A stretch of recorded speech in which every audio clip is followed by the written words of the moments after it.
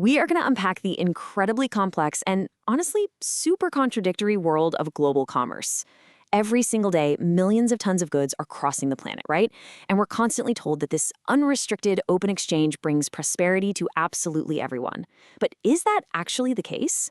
Today, we're diving deep to see if the widely accepted promise of free trade is a reality, or if it's hiding a much more complicated truth.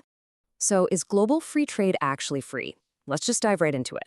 For decades, the big international organizations have pushed this fundamental principle. Free trade is the ultimate economic good, period. But, when we actually peel back the layers of global commerce, we find a system that is absolutely riddled with loopholes, targeted tariffs, and, well, systemic hypocrisy. Instead of a fair, level playing field, international trade is really a landscape where the most powerful nations just kind of rewrite the rules to suit themselves.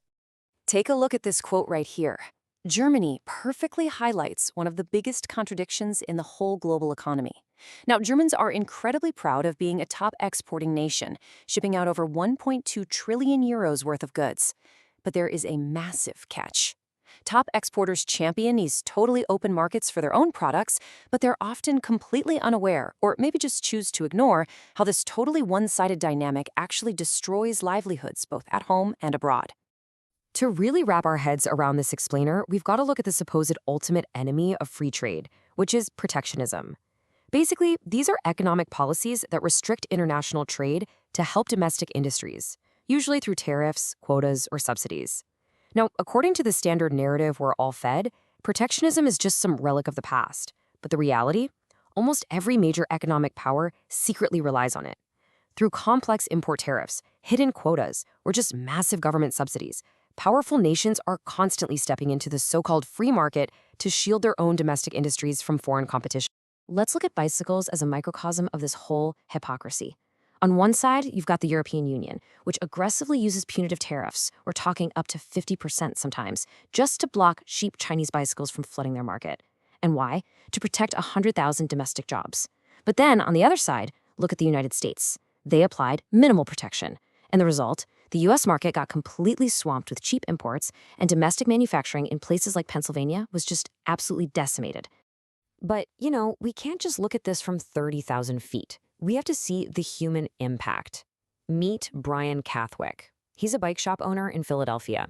He actually used to sell American-made bikes, but today almost everything in his store comes from China. For folks like Brian, selling these cheap foreign imports isn't some grand political statement. It is quite literally a matter of basic survival.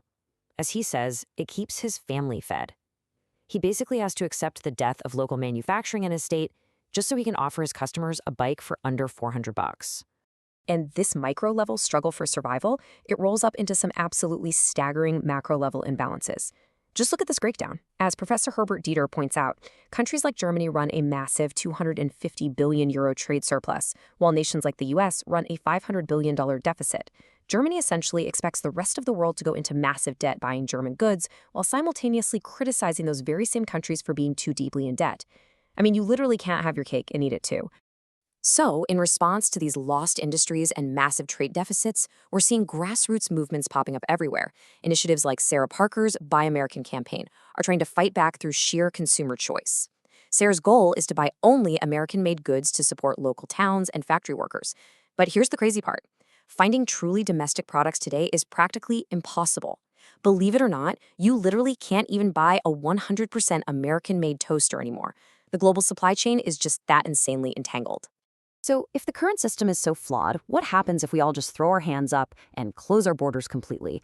Well, history gives us a pretty dark warning there.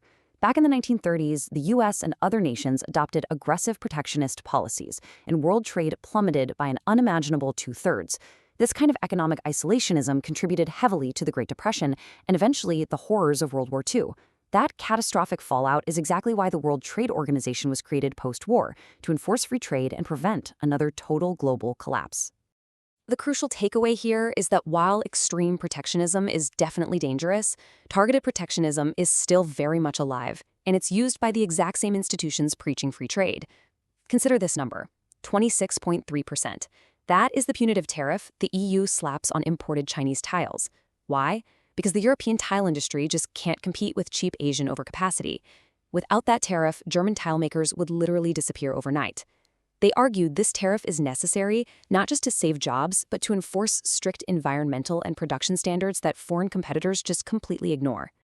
And when wealthy nations really want to protect their own, they go to jaw-dropping, almost comical extremes.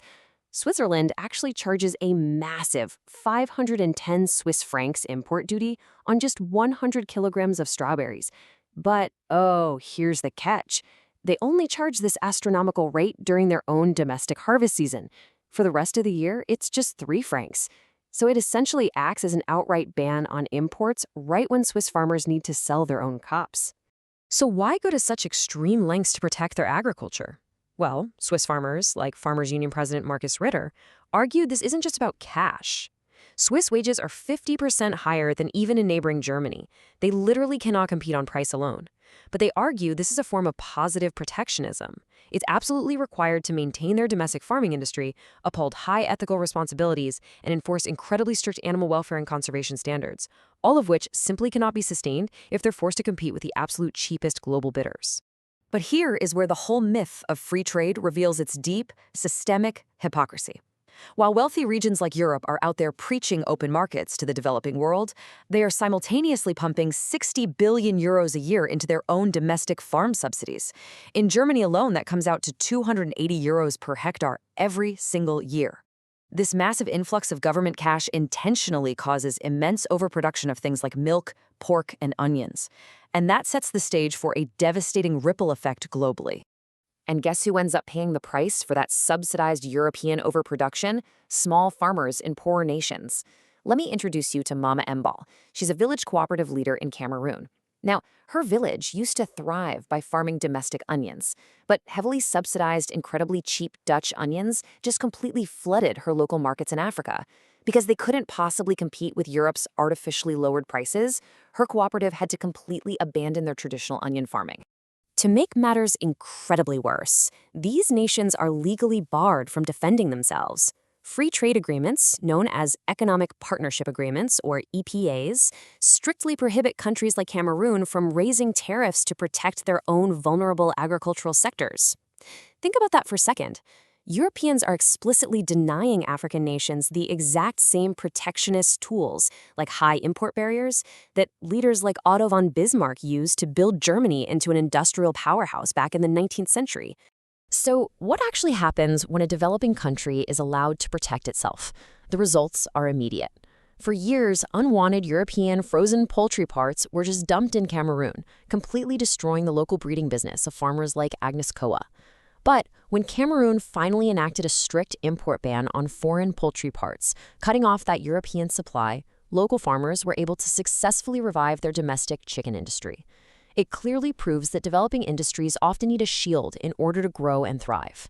When we zoom out and look at the grand total of this system, a system where the rules of global trade allow powerful nations to aggressively protect their own interests while forcing weaker nations to keep their markets wide open, the result is this staggering inequality. The richest 10% of humanity hoards 90% of the planet's wealth. So why does this matter to us? Because it shows that the products we buy every day are tied to a system perfectly designed to keep the bottom 50% surviving on just 0.2% of global wealth.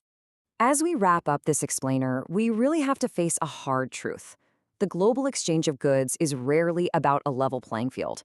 It's a relentless fight for prosperity, where the most powerful players consistently set the terms, shielding themselves while exposing everyone else. As we've seen, truly free trade is a myth. So I leave you with this question to think about. If the current system is just a deceptive promise, who will step up to rewrite the rules to make them actually fair?